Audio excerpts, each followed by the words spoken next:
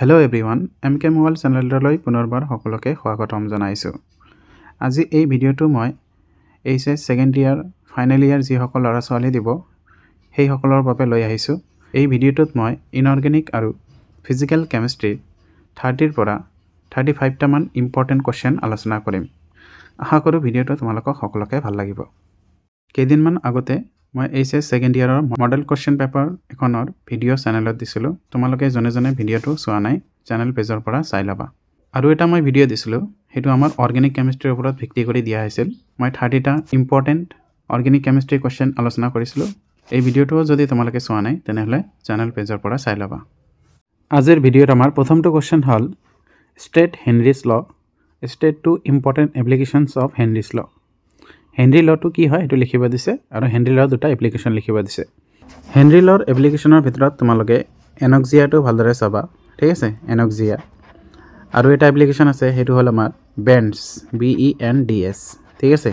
তো তোমালোকে হেনৰি লৰ এনক্সিয়া আৰু বেণ্ডছটো কি হয় এই দুটা ভালদৰে চাবা। তাৰপিছত আমাৰ কুৱেশ্যন নম্বৰ 2 হ'ল why does the molality of a solution remain unchanged with temperature? আমি যদি টেম্পাৰেচাৰ ইনক্ৰিজ কৰোঁ তেনেহ'লে সলিউশ্যন এটা মলালিটি আনচেঞ্জ হৈ থাকে কিয়, পৰিৱৰ্তন নহয় কিয়, সেইটো লিখিব দিছে। ইয়াতে মই আৰু এটা কুৱেশ্যন অৰ্ড দিছোঁ, মলাৰিটি ৰিলেটেডে হয় কুৱেশ্যনটো কৈছে হাউ মলাৰিটি চেঞ্জেছ উইথ টেম্পাৰেচাৰ। এতিয়া তোমালোকে ইয়াৰ পৰা এটা কথা ক্লিয়াৰ হ'ল যে আমাৰ যিটো মলালিটি আছে, সলিউশ্যনৰ যিটো মলালিটি আছে সেইটো আমাৰ টেম্পাৰেচাৰ ইণ্ডিপেণ্ডেণ্ট হয়, কিন্তু মলাৰিটিটো আমাৰ টেম্পাৰেচাৰ ডিপেণ্ডেণ্ট হয়। নেক্সট আমাৰ কুৱেশ্যনটো হ'ল কুৱেশ্যন নম্বৰ 3। কুৱেশ্যন নম্বৰ 3 দি আছে at the same temperature carbon ডাই অক্সাইড গেছ ইজ মোৰ soluble in water then oxygen gas, which one of them will have higher value of Henry constant. এই কুৱেশ্যনটো আমাৰ Henry লৰ এপ্লিকেশ্যনৰ ভিতৰতে পৰে, ঠিক আছে। ইয়াতে কৈছে যে আমাৰ যে কাৰ্বন ডাই অক্সাইড গেছ আছে, এই কাৰ্বন ডাই অক্সাইড গেছটো কি হয় মোৰ সলিউবল হয় ইন ৱাটাৰ দেন অক্সিজেন, অক্সিজেনতকৈ কাৰ্বন ডাই অক্সাইড গেছটো আমাৰ কি ৱাটাৰত বেছি সলিউবল হয়, কিয় হয় সেইটো লিখিব দিছে। আৰু ইয়াৰ পৰা আমাৰ লিখিব লাগে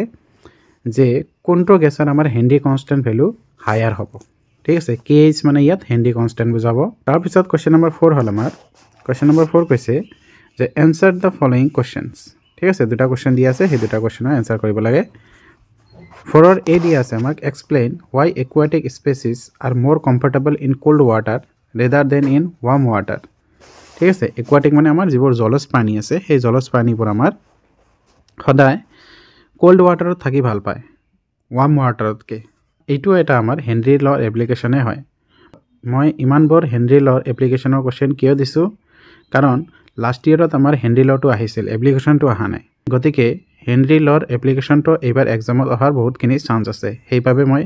যিমানবোৰ পচিবিলিটি কুৱেশ্যন আছে এইকেইটা মই দি দিছোঁ।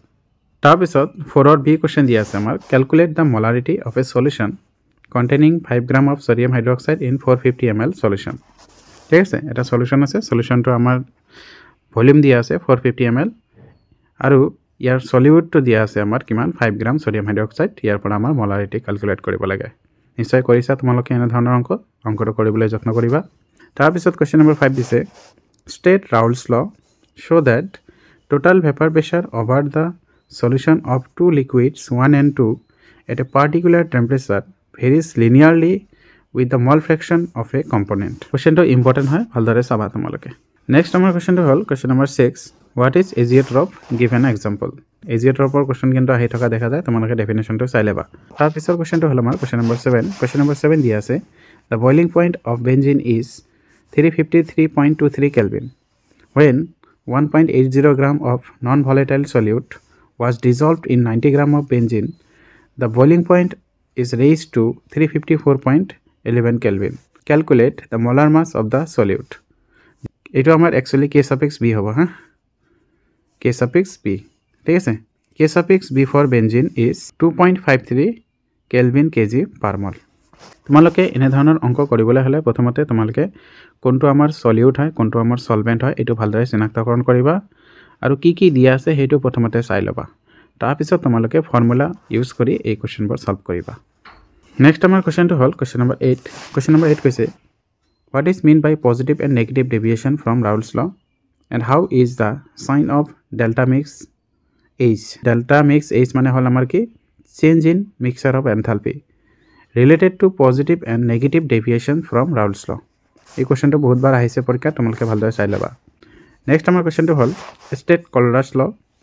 suggest a way to determine the limiting molar conductance value of water বহুত ইম্পৰ্টেণ্ট কিন্তু কলৰাছ লটো তোমালোকে ভালদৰে চাই যাবা আৰু লগতে ইয়াত কৈছে যে আমাৰ যে H2O আছে H2O ৰ যদি আমি লিমিটিং মোলাৰ কণ্ডাক্টেন্স উলিয়াব খুজো কিদৰে উলিয়াব পাৰিম হেতু আমাক এটা ওয়ে সাজেষ্ট কৰিব দিছে এটা উপায় আমাক লিখিব দিছে নেক্সট আমাৰ কোৱেশ্চনটো হ'ল question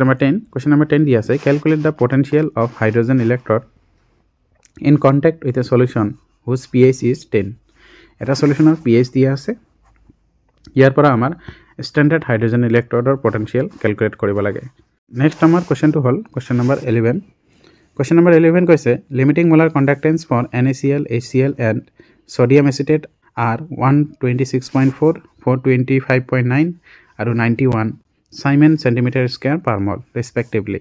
Calculate limiting molar conductance for acetic acid. HAC মানে কি আমাৰ acetic acid হয় তো আমাৰ sodium acetate লগতে আমাৰ NaCl আৰু HCl এই তিনিওটাৰ আমাৰ limiting molar conductance দিয়া আছে ইয়াৰ পৰা আমাৰ Acetic acid or limiting molar conductance to উলিয়াব লাগে বহুত ইম্পৰ্টেন্ট হয় পৰীক্ষাত অহাৰ বহুত চান্স আছে এটো নেক্সট আমাৰ কোৱেশ্চনটো হ'ল কোৱেশ্চন নম্বৰ 13 কৈছে state the Faraday first law আমাৰ ইলেক্ট্ৰোলাইসিসত দুটাই ল থাকে Faraday first law আৰু second law তো Faraday first law to definition generally আহে পৰীক্ষাত সেইকাৰণে মই এটো দিছো Faraday first law to কি হ'ব আৰু কোৱেশ্চন নম্বৰ বি কৈছে a solution of copper sulfate is electrolyzed for 10 minutes with a current of 1.5 amperes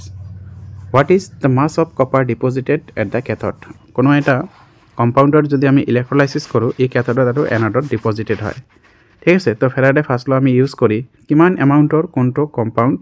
আমাৰ ক্যাথোড বা এনোডত ডিপজিট হল হেতু আমি ক্যালকুলেট কৰিব পাৰো নেক্সট আমাৰ কোৱেশ্চনটো হল কোৱেশ্চন নম্বৰ 14 কৈছে why does the conductivity of a solution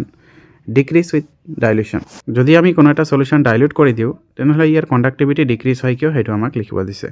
Next আমাৰ কোৱেশ্চনটো হ'ল কোৱেশ্চন নম্বৰ 15 ইয়াতে এটা মেথ দিয়া আছে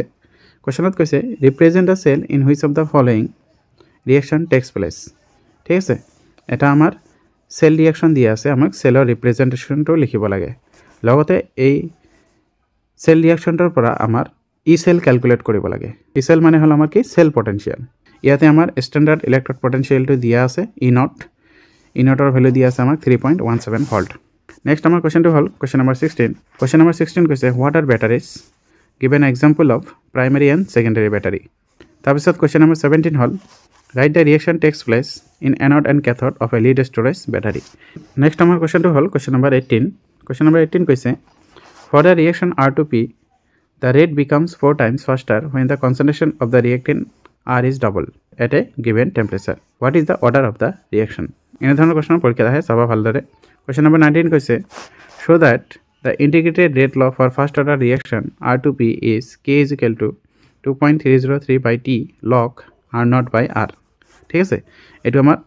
ফাৰ্স্ট অৰ্ডাৰ ৰিঅ্যাকশনৰ কাৰণে আমাৰ ইন্টিগ্ৰেটেড ৰেট ল ইকুয়েশন এটো ডেৰাইভেশনটো পৰীক্ষাত আহে বহুত বাৰ আহিছে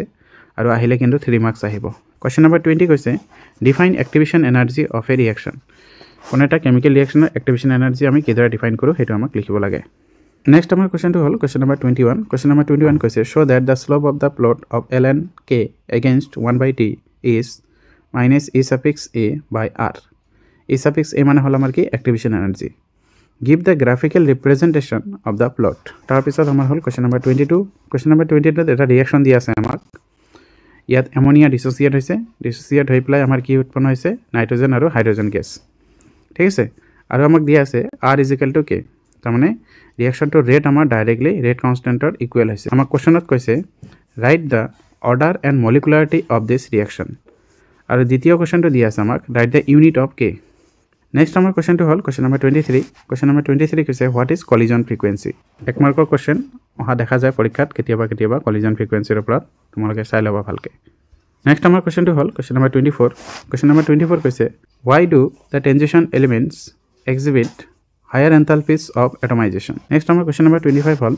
calculate the magnetic moment of a divalent ion in aqueous solution if its atomic number is 25 বহুত important question হয় এটো তোমালোকে ভালদৰে চাবা আমাক জেনাৰেলি কি হয় যিকোনো এটা আয়নৰ আমাৰ atomic number দিয়া থাকে তাৰ পৰা আমাৰ magnetic moment calculate কৰিব লাগে magnetic moment আমি কিদৰে calculate কৰিব পাৰো তোমালোকে প্ৰথমতে সেই আয়নৰ number of unpaired electron অৰ্থাৎ n টো ওলাই ল'ব লাগিব আৰু তাৰ পিছত আমাৰ স্পিন মেগনেটিক ফৰ্মুলা যিটো আছে সেইটো ইউজ কৰি আমাৰ মেগনেটিক মোমেন্টটো ক্যালকুলেট কৰিব লাগে 26 কৈছে use Hund rules to derive the electronic configuration of cerium 3+ ion and calculate its magnetic moment on the basis of spin only formula. Spin only formula to বহুত important হয় তোমালোকে ভালদৰে চাই লবা spin only formula to কি আৰু ইয়াৰ পৰা আমি কিদৰে magnetic moment to calculate কৰিব পাৰো next আমাৰ কোৱেশ্চনটো হল কোৱেশ্চন নম্বৰ 27 কোৱেশ্চন নম্বৰ 27 কৈছে indicate the steps in the preparation of potassium dichromate ইয়াতে K2 হ'ব ঠিক আছে K2Cr2O7 from chromite ore আৰু কোৱেশ্চন নম্বৰ 2 কৈছে আমাক KMnO4 from pyrolusite ore মই তোমালোকক আগতেও কৈছিলো মডেল কোৱেশ্চন পেপাৰত এই দুটা প্ৰিপাৰেচন আমাৰ এক্সামৰ কাৰণে ইম্পৰ্টেন্ট হয় এটা হল পটাছিয়াম ডাইক্ৰোমেট আৰু আনটো হল আমাৰ কি পটাছিয়াম পাৰম্যাঙ্গানেট কোৱেশ্চন নম্বৰ 28 দিছে what is lanthanide contraction what is the consequences of lanthanide contraction বহুত ইম্পৰ্টেন্ট কোৱেশ্চন হয়টো ভালদৰে চাবা কোৱেশ্চন নম্বৰ 29 দি আছে write the IUPAC name of the following compound আমাৰ যে কোঅৰ্ডিনেশন কম্পাউন্ড চেপ্টাৰটো আছে ইয়াৰ পৰা কিন্তু যিকোনো দুটা IUPAC নাম পৰীক্ষাত আহিব তোমালোকে IUPAC নাম কেইটা ভালদৰে চাই যাবা ইয়াত A আৰু B দুটা কোঅৰ্ডিনেশন কম্পাউন্ড দিয়া আছে এই দুটাত IUPAC নাম লিখিব দিছে তোমালোকে ট্ৰাই কৰিবা লিখিব নেক্সট আমাৰ কোৱেশ্চনটো হল কোৱেশ্চন নম্বৰ 30 কোৱেশ্চন নম্বৰ 30 কৈছে how many geometrical isomers will be possible given coordination compound এটা coordination compound দিয়া আছে আমাক এই coordination compoundৰ আমাৰ কি লিখিব লাগে geometrical isomer লিখিব লাগে তোমালোকে geometrical আৰু optical isomer কিনি ভালদৰে চাই যাবা coordination compoundৰ বহুত কোৱেশ্চন আহি থকা যায় পৰীক্ষাত নেক্সট আমাৰ কোৱেশ্চনটো হল কোৱেশ্চন নম্বৰ 31 কোৱেশ্চন নম্বৰ 31 কৈছে titanium 4+ compounds are colorless in aqueous solution but titanium 3+ compounds are violet color explain আমাক কোৱেশ্চনত কৈছে যে titanium 4+ আয়নটো কি হয় জেনাৰেলি আমাৰ কালাৰলেস হয় কিন্তু titanium 3+ আয়নটো কি হয় আমাৰ ভায়োলেট কালাৰ হয় এই ধৰণৰ কোৱেশ্চন কৰিবলৈ হলে তোমালোকে প্ৰথমতে এই আয়নটোৰ d অৰবিটেলত থকা ইলেক্ট্ৰনটো চাব লাগিব যদি আমাৰ d অৰবিটেলটো পাৰ্শিয়ালি ফিল্ড হয় তেনেহলে এটো কালাৰড হ'ব আৰু যদি d অৰবিটেলটো 0 হয় বা d10 হয় তেনেহলে এটো কালাৰলেস হ'ব নেক্সট আমাৰ কোৱেশ্চন হল কোৱেশ্চন নম্বৰ 32 কোৱেশ্চন নম্বৰ 32 কৈছে what is mean by disproportion of an oxidation state give an example তোমালোকে নিশ্চয় জানা যে disproportion reaction কি এনেকুৱা এটা redox reaction যত কি হ'ব আমাৰ এটা reagentৰ বা এটা যিকোনো স্পেসিফিক এলিমেন্টৰ অক্সিডেশন হ'ব ৰিডাকশন হ'ব তাক আমি disproportion বুলি কওঁ তাৰ পিছত কোৱেশ্চনটো হল আমাৰ কোৱেশ্চন নম্বৰ 33 কোৱেশ্চন নম্বৰ 33 কৈছে write the hybridization state of central atom of the following coordination complexes along with their magnetic properties এটো আমাৰ VBT থিওৰিৰ পৰা আহিছে কোৱেশ্চনটো VBT মানে কি ভ্যালেন্স বন্ড থিওৰি তোমালোকক এটো মই মডেল কোৱেশ্চন পেপাৰতো কৈছিলো যে ভ্যালেন্স বন্ড থিওৰিৰ পৰা এনে ধৰণৰ এটা কোৱেশ্চন আহিব যে যিকোনো এটা কোঅৰ্ডিনেশন কম্পাউন্ড দিব তাৰ হাইব্ৰিডাইজেশনটো ওলাব লাগিব বা তাৰ ম্যাগনেটিক প্ৰপাৰ্টিজ কিনি এক্সপ্লেইন কৰিব লাগিব তাৰ পিছত কোৱেশ্চন নম্বৰ 34 কৈছে write the difference between lanthanide and actinide আমাৰ যে F block elements আছে আমি সকলোৱে জানো F block elements আমাৰ দুটা সিৰিজ থাকে lanthanide আৰু actinide ইয়াত আমাৰ কোৱেশ্চনটো দিছে lanthanide আৰু actinideৰ মাজৰ ডিফাৰেন্স কিনি লিখিব আশা কৰো ভিডিওটো তোমালোকক সকলোকে ভাল লাগিব যদি তোমালোকক ভিডিওটো ভাল লাগিছে তেন্তে চেনেলটো নিশ্চয় সাবস্ক্ৰাইব কৰিবা আৰু ভিডিওটো তোমালোকৰ লগত শেয়াৰ কৰিবা আৰু তোমালোকে যদি এই ভিডিওটোৰ PDF পাব খোজা তেনেহলে তোমালোকে MChem World ৰ টেলিগ্ৰাম চেনেলটো জয়েন কৰি লবা তাতে তোমালোক PDFটো পাই যাবা